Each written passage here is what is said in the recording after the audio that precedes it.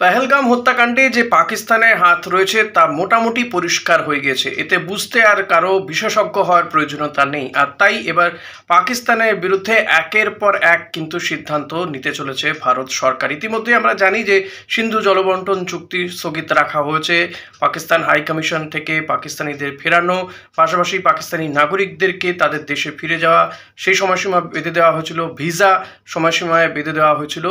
এবার কি একেবারে চূড়ান্ত সিদ্ধান্ত নিতে চলেছে ভারত সরকার? কারণ আজকে প্রধানমন্ত্রী বাসভবনে প্রতিরক্ষা মন্ত্রী রাজনাথ সিং, এছাড়াও সিডিএস এবং ভারতের যে তিনটি বাহিনী রয়েছে অর্থাৎ স্থলবাহিনী, নৌবাহিনী এবং যে বায়ুসেনা রয়েছে তাদের প্রধানদের সঙ্গে বৈঠক করেন প্রধানমন্ত্রী নরেন্দ্র মোদী। দীর্ঘক্ষণ বৈঠক হয় এবং সেই বৈঠকের সবচেয়ে বড় বিষয়, যেটা সবচেয়ে বড় ছাড় দিয়ে দেওয়া হচ্ছে কিন্তু এই তিন বাহিনীকে, অর্থাৎ যে কোনো দিন প্রত্যাঘাত তারা করতে পারে, যে কোনো সময় প্রত্যাঘাত করতে পারে। এক্ষেত্রে আর তাদের সরকারের অনুমতি নেওয়ার প্রয়োজনীয়তা নেই।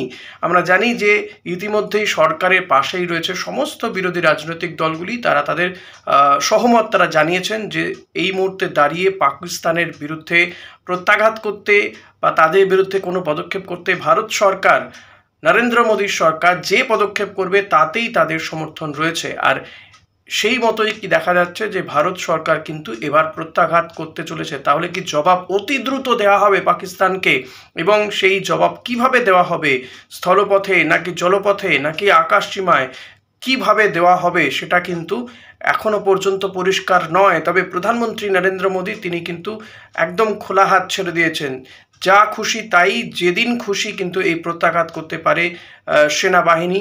সিডিএস তাদের সঙ্গেই এই বৈঠক হয়েছে এবং আগামীকাল অর্থাৎ বুধবার দিন আরেকটি গুরুত্বপূর্ণ বৈঠক রয়েছে, ক্যাবিনেট কমিটি অন সিকিউরিটি, সেই বৈঠক রয়েছে। সেই বৈঠকেও কোন কোন বিষয়গুলো আলোচনা হয় সেই সমস্ত দিকগুলো কিন্তু অতি অবশ্যই নজর রাখতে হবে আমাদেরকে। ফলত এটা ঠিক বলা যেতে পারে যে পাকিস্তানকে একদিকে যেমন ভাতে মারার চেষ্টা করছে ভারত সরকার, পাশাপাশি এবার কিন্তু প্রত্যাঘাত হবে। এবার কিন্তু একেবারে সেনাবাহিনী, ভারতীয় সেনাবাহিনী কিন্তু প্রত্যাঘাত করবে পাকিস্তানের ওপরে। তাহলে সাবধান পাকিস্তান, এটা বলাই যায় এই মুহূর্তে। কারণ অনেক হয়েছে, অনেক রক্ত ঝরেছে, অনেক নিরীহ মানুষের রক্ত ঝরেছে, নিরীহ হিন্দুর রক্ত ঝরেছে। তাই ভারত সরকার আর এক মুহূর্ত অপেক্ষা করতে চাইছে না। তাই সেনাবাহিনীকে কিন্তু একেবারে ছুট দিয়ে দেওয়া হয়েছে, কোনো বাধা তাদের নেই, তারা যে কোনো মুহূর্তে প্রত্যাঘাত করতে পারে। কিভাবে প্রত্যাঘাত করবে এটা ডিপেন্ডস অন দেম।